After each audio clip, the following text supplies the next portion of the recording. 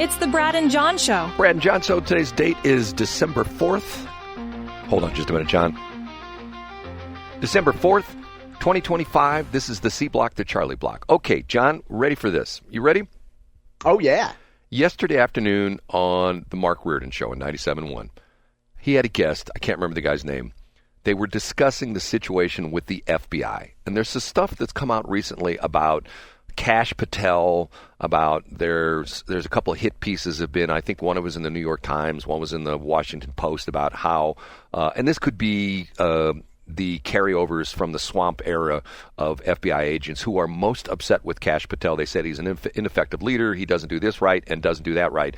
And one of the examples they gave was he's very petty, that they gave the example that when he flew out to Utah to take control of the Charlie Kirk assassination investigation, that he would not get off the private plane until he had an FBI, what they call a raid jacket, which you've seen. With what kind of patches, Brad? And what did they do about it? And why did he complain? I did hear the story. Right. And supposedly he wouldn't get off the plane until he had the special patches. So some of the, these are their Velcro patches they put on their jackets. So a couple of the other agents took their patches off their jacket and gave them to him, so he had his official FBI raid jacket with all the proper patches, with the SWAT team patch on it, a whole bit like that, okay? He claims that never happened, okay? Now, what's interesting about it is they were talking about the fact that there is a theory that the reason that Andrew Bailey has been brought as the number 3 guy, and who you don't ever hear about. He goes, and we kid about this all the time, Andrew Bailey was on 97.1 more than the employees of 97.1 are in 97.1. Matter of fact, Andrew Bailey could have just been like the Mike Elam, the fill-in guy who does more time on the station, because I have no idea how many weeks, how many months those people get, because they're always on vacation.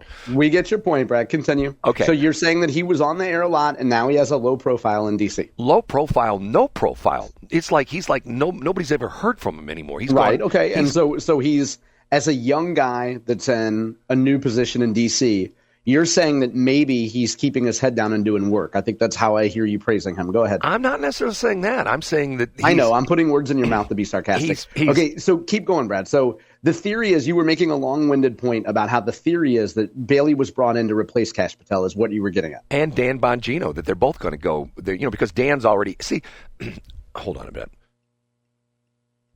I'm sorry, my voice is screwed up today.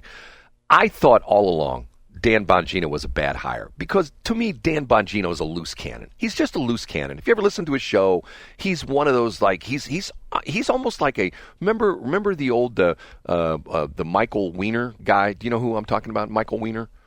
No, I don't remember Michael Weiner. Well, that one is his air name was Michael Savage. You remember Michael Savage? Oh, Michael Savage. Yeah. Okay. Yeah. Okay. Who's always like, that was Dan Bongino. Okay. And I have friends of mine that absolutely positively adore Dan Bongino. I was never a big Dan Bongino fan. Now, he's got an interesting past. I think he was a New York City cop. He was a Secret Service agent. And all of a sudden he gets tapped to be the number 2 guy in the FBI. And then he gets butthurt about something, and there's rumors he's going to resign and stuff like that. I just think it's a bad look with him. I really do. And here's the other thing. If I were an FBI agent, and this was my life, let's say I was worked there for 10 or 20 years, and all of a sudden my boss is some guy who's never been in the FBI, and the second boss is a guy who is a talk show host and a podcaster, I'd go, okay, what's wrong with this picture? Why is my number 1 guy a guy who's never been an FBI agent, probably never had any kind of law enforcement experience whatsoever, never carried a gun, never walked a beat as a cop, and my number 2 is a talk show host who runs a successful podcast? I go like, what the hell happened to this agency? Get what I'm saying? Yeah, I get what you're saying, Brad. So that was the Andrew Bailey point. And did the gentleman that you heard on Reardon Station, were they making the point that what was the point they were making about Andrew Bailey? They were making that they think that Kash Patel is not too long for this world. They think he's on the way out. and because of the fact that they said that he's made some bad optic moves, and he's not as heavy a weight as they thought he was, and he's not coming off in control, and there's, this is, once again, this is the accusation that there's acrimony and there's all sorts of infighting and the FBI is in a state of disarray. And I'm thinking to myself, okay, maybe it is because in the previous administration of the FBI, all they wanted to do was just go after Republicans. They wanted to, go after Trump. They wanted to go after all the people. Remember, who was one of Trump's henchmen that they were going to arrest him, and they brought in the scuba divers to dive in his swimming pool so he wouldn't go out. Yeah, I remember that story. Yeah, and going like, see. To me, this is another perfect example of this is where law enforcement just goes off the rails. Okay, how many times have you heard, we talked about this a couple of weeks ago, somebody who knows they're going to get arrested and they could say, look, I'll come and turn myself in. No, can't have that. It was the Whistlin Diesel thing. He didn't even know he was getting arrested, and to the point where it's all about optics. We're going to show the world that Whistlin Diesel didn't pay sales tax on a Ferrari he bought. So what do? They send 6 law enforcement officers to go arrest him, and it's to the point where, like, okay, you can't send him a letter and say, hey, Whistlin Diesel, Cody Detweiler, come on down to the so-and-so county courthouse in Tennessee, and we'll get this thing worked out. Have your attorney contact our prosecuting attorney. No, it's optics, and I think that's absolutely positively wrong. And the thing, have you heard any updates on Whistlin Diesel? It's, if you don't know what we're talking about, Whistlin Diesel is this very popular YouTuber. He's gotten to be super popular. And the thing that's amazing to me about this is there are YouTubers that in one video have more viewers than MSNBC or CNN combined has in a month. You know what I'm saying, John? To the point where I do, yeah. The numbers are just crazy. And the story was he bought a car, a Ferrari. He paid $400,000 for it. And this happens a lot. This is a very common thing among car enthusiasts. You set up an LLC in Montana, and you run the car through Montana, and there's no sales tax for vehicles in Montana, and you register the car in Montana. I told you the story. I had a friend of mine, a very rich friend of mine, who had 2 very expensive RVs, not like your typical RVs. These were like the Prevost kind, tour bus kind of RVs that were like literally a couple $1 million RVs. That when I saw one, one time it had Montana plates on it. I said, you live in Montana? No, I got my LLC there. It's where my cars are registered. Okay. So what happened to him was he's got this compound, literally a compound. It's like, I don't know, like a couple 100 acres. And from his place where he works to his street is a mile. In other words, once you come off the main highway in Tennessee, you drive a mile, and they've got a gate up there with electronic code on it, the whole bit. And the police officers, 6 police officers, 3 county deputies, 3 state troopers, had to stop at the gate right off the highway and walk a mile up to his building to arrest him.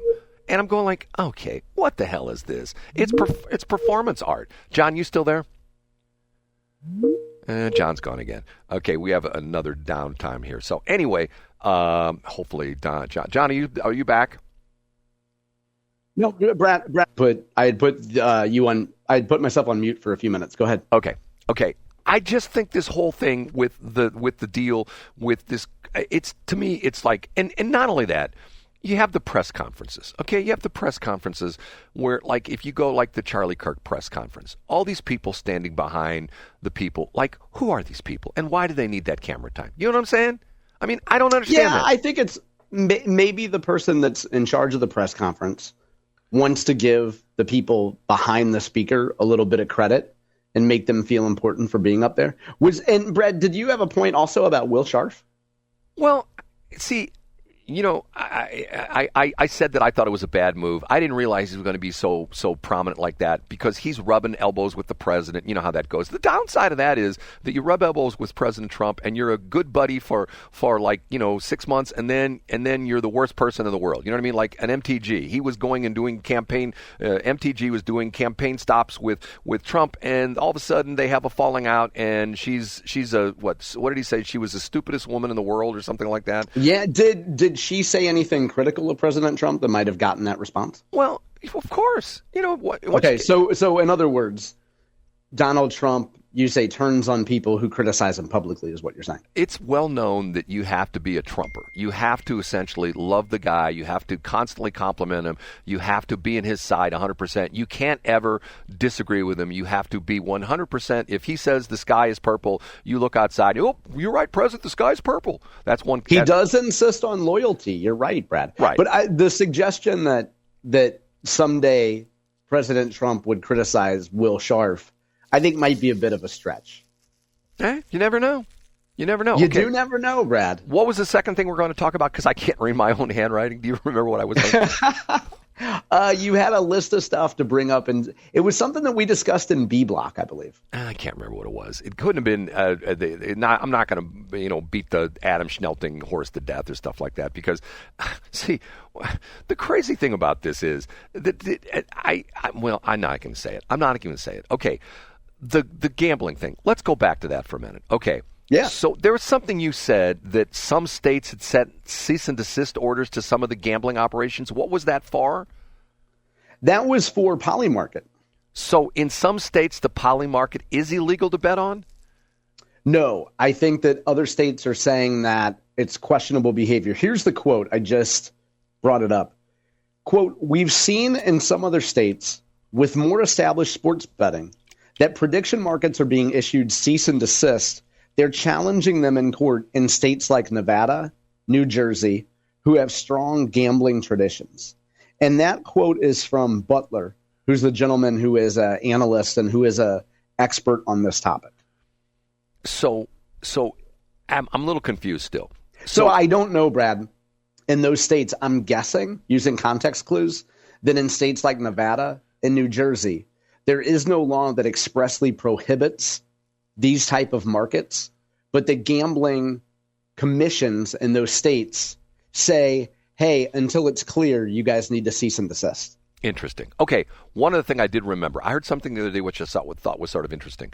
A guy that I saw on Facebook, a Facebook reel, I think the Facebooks are reels, the YouTubes are shorts. Okay, Facebook reel. He was saying that he got a phone call from the Republican National Committee talking about challenging the people who are taking the petitions, the people out in the parking lots like I had experience with at Schnucks a couple months ago, that are having you sign petitions. And he said that the Republican National Committee, this was like a recorded phone call. Hi, this is so-and-so from the RNC. Yeah, it was a text. It wasn't a phone call. Keep going. But I heard it was a phone call as well, too. Okay. But the idea was you're supposed to challenge these people and you're supposed to take pictures of them like I did. But the interesting part of it is, by law, they're required to have the amendment with them. Did you know this? Yeah, they can't ask you to sign a petition without being able to show you the full petition. You're right, Brad. And the interesting part of this was that this particular petition is 66 pages long. I think to myself, okay, here we go again. Here's our great Missouri Constitution, which is going to get stuck with another 66 pages worth of stuff. And the federal Constitution is how many pages long, John? What, 3, 4? I think it's 2 paragraphs. It depends on. I think the founders actually put it in Garamond font, which is a little bit bigger. Right. When they printed it out on their brother printer. Right, you know? Right. They actually printed it on their brother label maker, so it's so small, compact. Yeah. Right. Okay. And the story about the text. So what happened was the Republican National Committee, I believe, was responsible for distributing a text prior to Black Friday that earlier in the week that warned Missourians that there were probably some issues with the people that were actually out there collecting signatures. And it was positioned as shoppers beware. If you go out to a shopping mall, I don't know who goes to shopping malls anymore, but if you go out and physically buy stuff at a store, be careful because you might be accosted in the parking lot by someone who is less than legal.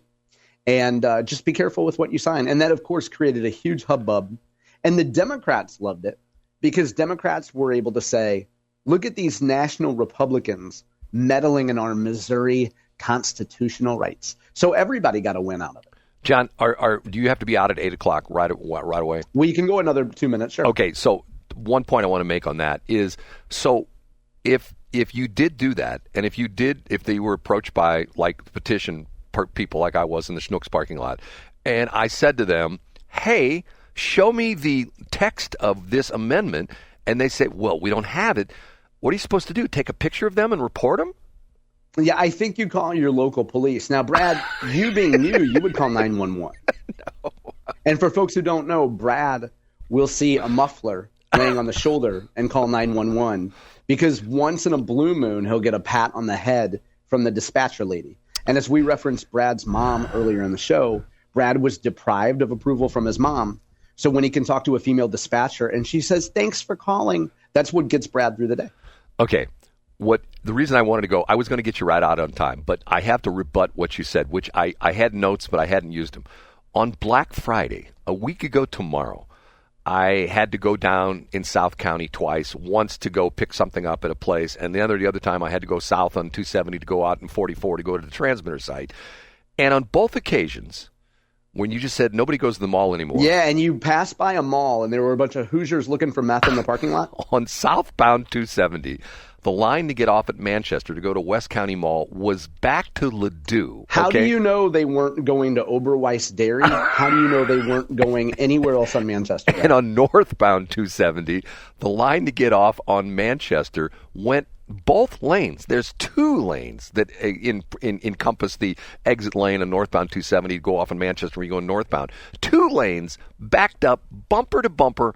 And all those people were going to the mall, right, Brad? There's no other businesses. People who've ever driven down Manchester know there's no other businesses on Manchester and 270. The only thing there is a decrepit shopping mall. John? Where there are reports of shootings because we all know who goes to malls these days. And there's an undesirable element where there was a shooting scare a few weeks ago. So John, you're right, Brad. I think all the cars were people going to shopping malls. I'm a contrarian because of the fact that just when people say nobody goes to malls anymore, there are still malls that people go to. And there's a perfect example. One of my family members used to work at that mall. And what's interesting about it was during the Christmas season, the employees were not allowed to park on the mall. They had a deal cut with businesses around the area where you parked at various parking lots of other businesses like 9 to 5 kind of office kind of places, and they would shuttle bus you over because of the fact that there was no parking available. The parking garage filled up and the surface pulled up because there were so many people going to the mall, which John says nobody goes to the mall. But yeah, boy, I used to go to Jamestown in the 90s, Brad. What a great point you make. And Jamestown was most recently the site of the throwdown between the who. Yeah, it was beautiful between two black elected officials, Brad. That's okay. John, have we beat this one to death, as J.C. Corcoran would say? I think we've beat it like a rented mule, Brad. And maybe someday you will remember. Actually, we won't even tempt you with giving you a new punchline for the left lane. By the way, Brad, it's 8:02. And by the way, stay classy, Westplex.